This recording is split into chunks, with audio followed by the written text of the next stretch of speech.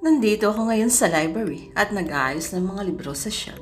Ito kasi ang ginagawa ko araw-araw pagkatapos ng klase ko sa hapon. 4:00 natatapos ang huling klase ko kaya diretso agad ako sa library. Naglilinis din ako rito. Minsan kasama ko ang kaibigan ko at kaklase kong si Sarina. MWF kasi ang schedule niya rito sa library. Hindi kagaya ko na araw-araw. Natatapos ako sa paglilinis at pag-aayos hanggang 5:30 na. Sinusundo naman ako ng pinsan kong lalaki sa school, kaya okay lang sa akin na abutin ng hapon. Amaya, ikaw na ang bahalang magsara ng library ha. Ibalik mo na lang sa akin bukas ng umaga ang susi. Kailangan ko nang umuwi. Nandiyan na ang circus mo. Sige po ma'am, kaya ko na po rito. Baka po mainip sa paghihintay si sir. Ingat po sa pagbaba ng hagdan ma'am. Paalala ko sa librarian namin dito sa school. 6 na buwan na kasi siyang buntis, kaya kailangan niyang mag-ingat pag bumababa ng hagdan. Ang asawa nitong si Sir Chris ay teacher din ng school. Pero sophomore ang tinuturuan niya. Nagtuturo siya ng English.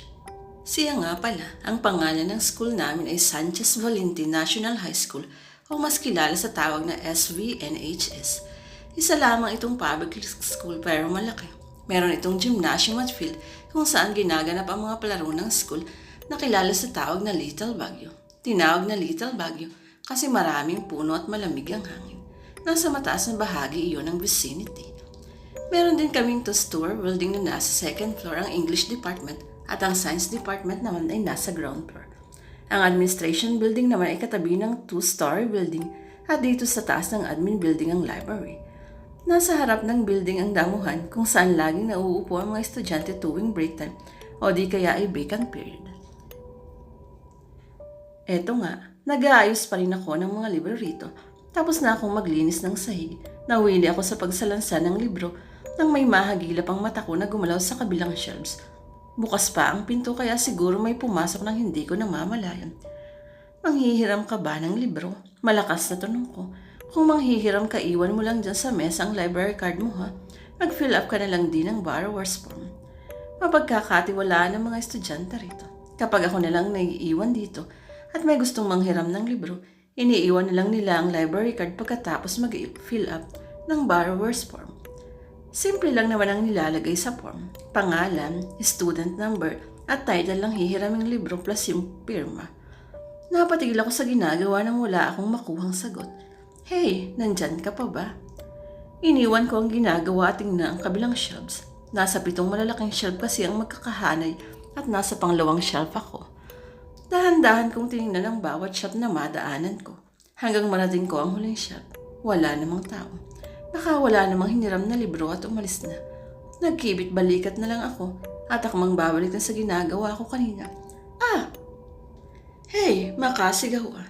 Sampo ko ang dibdib sa pagkagulat ng bigla sa pagtalikod ko ay nakaharap ko si Chucks. Shucks, ginulat mo ako. Sorry, mahilig kang lumaklak ng kape no. Nasa labas na ng gate ang pinsan mo. Hindi ka pa patapos dyan. Laklak talaga. Malapit nang matapos to. Bakit umakyat ka pa rito? Pwede namang niya akong i-text na lang. Nakatambay kasi ako sa labas nang maabutan niya kaya nagpresenta na akong sundin ka rito sa taas. Alam ni Chucks na nandito ako tuwing hapon dahil magkaklase naman kami. Isa pa alam naman ang lahat ng estudyante roon. 3 taon naman ako nagsasilent rito sa library. Hindi dahil sa gusto kong kumita, kundi dahil gusto ko lang talaga rito. Ewan, para ako una yung love rito sa library. Marami akong nahihiram na libro. Okay, ano nga palang ginagawa mo sa labas uwian? Wala naman. May hinihintay lang akong lumabas. Wala raw pero may hinihintay. Pinoy ka talaga. Ikaw ba, Inchik? Tulungan na nga kita rin para makauwi ka na. Mabuti pa nga. Tinulungan ako ni Chuck sa pag-ayos ng mga libro. May nakasalubong ka bang umakyat rito kanina? Wala, bakit? Sagot nito na patuloy pa rin sa ginagawa. Akala ko kasi kanina may kasama ako rito. Parang wala na namang tao rito sa school maliban sa'yo at sa 2 guard sa baba. Okay. Tapos ka na ba riyan? Tapos na ako rito.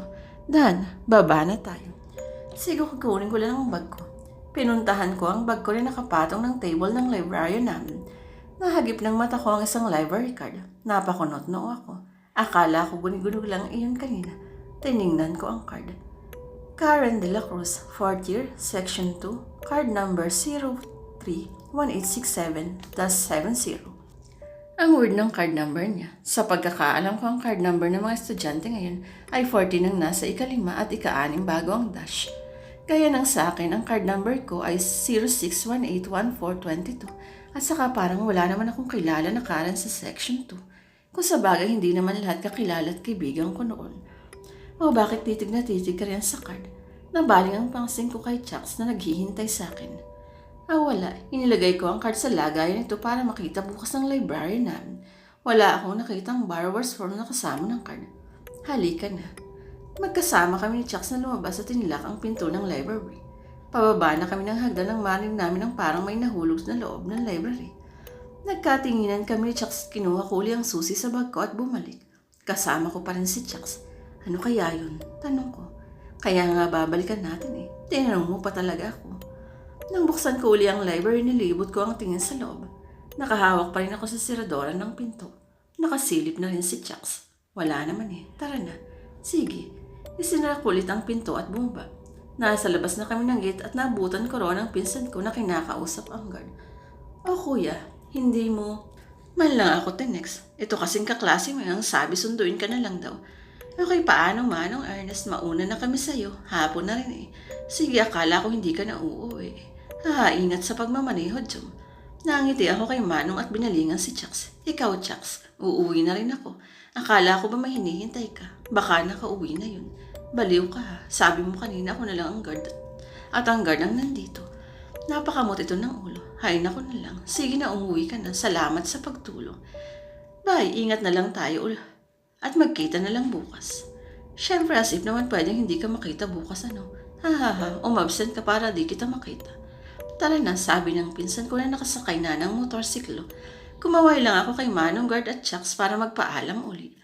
Nasa kahabaan kami ng kalsada nang magsalita si Kuya Jong. Hanggang ilog lang kita ihahatid ha. Pupunta ako kay na paring Jess alam mo na. Napasimangot ako. Pinsan ko sa father side si Kuya Jess. Si Kuya Jong naman ay pinsan ko sa mother side. Magkabarkada sila. Magiinom na naman at magbibidyo okay ang mga ito. Ang lapit na nga lang naman. Kuya hatid mo na ako hanggang sa bahay. Reklamo ko. Kaya nga malapit na lang naman, lakarin mo na. Tatawid pa ako ng ilog, daraan sa Talahibaan, wala akong kasama. Sino naman ang kukuha sa'yo sa ilog? Ilang taon ka na nagpupunta sa ilog at naliligo, hindi ka naman natatakot. Sige na nga, patianan ko sa kanya. Wala naman akong choice. Nasa kabilang baryo naman nakatira si Kuya Jess. Bali nahahati ng ilog ang baryo namin. Mataas nga lang yung lugar nila. Hindi katulad sa aming baryo na mababa lang at aabot ng tubig kapag bumabaha ang ilog. Nang makarating kami sa ilog ay bumalik na kagad si Kuya Jom at pumunta kina Kuya Jess. Hinubad ko ang suot kong sapatos at medyas at naupo sa gilid ng ilog. Hindi agad ako tumawid at pinahang muna ang mga paa ko. Nang feeling kong okay na saka ako tumawid. Ayaw kasi ni mama na magpaspa ang paa ko. Nasa kalagitnaan akong ng ilog nang biglang sumulpot sa kung saan ang taong pinakaiiwasan mo. Bigla akong kinabahan at biglang tumalikod, ngunit tumigil din ako. Hindi ko dapat ipakita sa kanya na tatakot ako. Pero ako lang mag-isa rito. Humarap ako ulit at ipinagpatuloy ang pagtawid sa ilog kahit na ang lakas ng kabog ng dibdib ko. Titig na titig siya sa akin na akala ba niya ay mawawala ako sa paningin niya kapag kumurap ako. Ngayon ka lang nakauwi. Tanong nito sa garalgal na boses nang makaabot ako sa pangpang. Opo, sige po, sagot ko. Hindi ko na isinuot uli ang sapatos ko at mabilis na naglakad. Pero pakiramdam ko, sumusunod siya sa akin at hindi nga ako nagkamali. Medyo malayo pa naman ang lalakarin ko para makabot sa unang bahay na malapit sa ilog. Madaraanan ko pa ang matataas na talahi bago makarating doon. Patuloy lang ako sa paglalakad kahit na parang gusto ko nang tumakbo. Nakikita ko pa rin sa peripheral vision ko kapag tumitingin ako sa gilid ko na nakasunod pa rin siya sa akin. Hindi na ako nagtaka kung bakit parang ang bilis-bilis niyang maglakad. At pinapanatili nito ang distansya sa akin. Hindi kasi ganun ang usual na paglalakad nito. Mabagal lang itong maglakad kapag gumagala sa baryo namin. Papasok na ako sa Talahibaan nang lumingon ako sa kanya. Hindi ko pa sila nakikita kaya bilisan ko palalo ang pagtakbo. Lakad-takbo ang ginagawa ko nang biglang may humila sa akin mula sa kung saan. Biglang may tumakip sa bibig ko. Nakaupo ako ngayon sa may damo at nakatago sa mga talahib. Shh! Ako to, huwag kang maingay. Sila nung ginagawa mo. Nakikita ko kasi siyang naglalakad papunta sa ilog kaya sinundan ko. Akala ko nga makaka-score na ako sa kanya eh. Narinig ko siyang natawa ng mahina. Ano ka ba? Papatulan mo pa yun? Why not? Kung ayaw ka niyang tigilan, papatulan ko talaga siya. Huwag ka nang maingay. Nandito na siya. Hindi na nga ako umimik, ni hindi na nga ako gumalaw kahit konti para hindi ako makalikha ng kahit na anong ingay. Nakatayo siya sa harap namin at palingon-lingon sa paligid. Alam kong ako ang hinahanap niya. Parang nag-iiba talaga ang anyo niya kapag tinititigan ko siya. Tinakip ko ang mga kamay sa bibig ko na para bang maitatago na ng lakas ng kabog ng dibdib ko. Na para bang maririnig niya ako dahil sa lakas ng kabog ng puso ko. Nang hindi niya ako makita ay tumuloy na siya sa paglalakad at tinahak ang daan pabalik sa baryo. Pinalipas muna namin ang 1 minuto bago lumabas sa pinagkukublihan namin. Natatawa pa si Sil habang pinagpapagang ko ang uniform ko dahil maraming nakadikit na damo. Natawa ka pa sa lagay na yun ha. Ayaw mo pa kasing magpapain eh. Kung pumayag ka di sana may rason na kaming gawin ang dapat gawin sa kanya.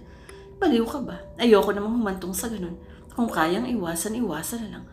Pero takot na takot ka sa kanya. Paano na lang kung lagi ka niyang abangan dyan sa ilog? Paano kung bigla ka niyang lunurin doon? Baliw ka rin ba? Ayos tayo na. Lunurin kita rin sa talahiban eh. Natawa lang ito uli. Ilang beses nang pinagplalungan ni Sil at ng mga barkada nito.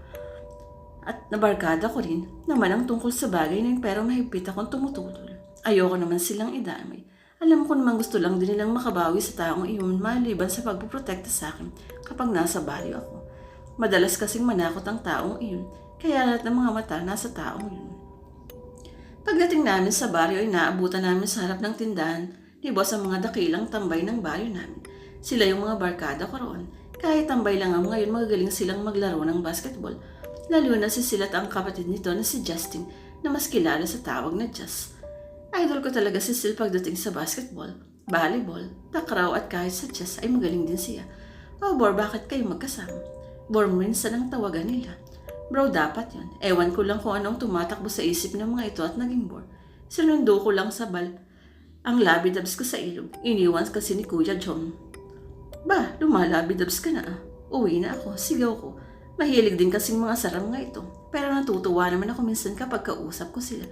Sige, ingat, sagot ni Sil. Pinandilatan ko si, hindi mo na ako hihatid hanggang sa bahay. Kaya mo nang umuwi, hindi ka naman kukunin. Nang malinaw pag dumaan ka riyan sa Nara eh.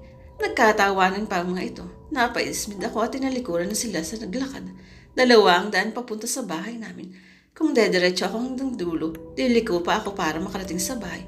Kung liliko na kaagad ako rito pagdating sa dulo, bahay na kaagad namin.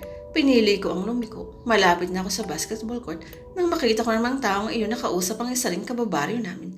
Tumigil na naman ako sa paglalakad. Nagkataong nakatalikod siya sa akin kaya sinenyasan ako ng ali na bumalik para roon dumaan sa kabilang kasada. Mabilis naman akong tamalikod at naglakad pabalik.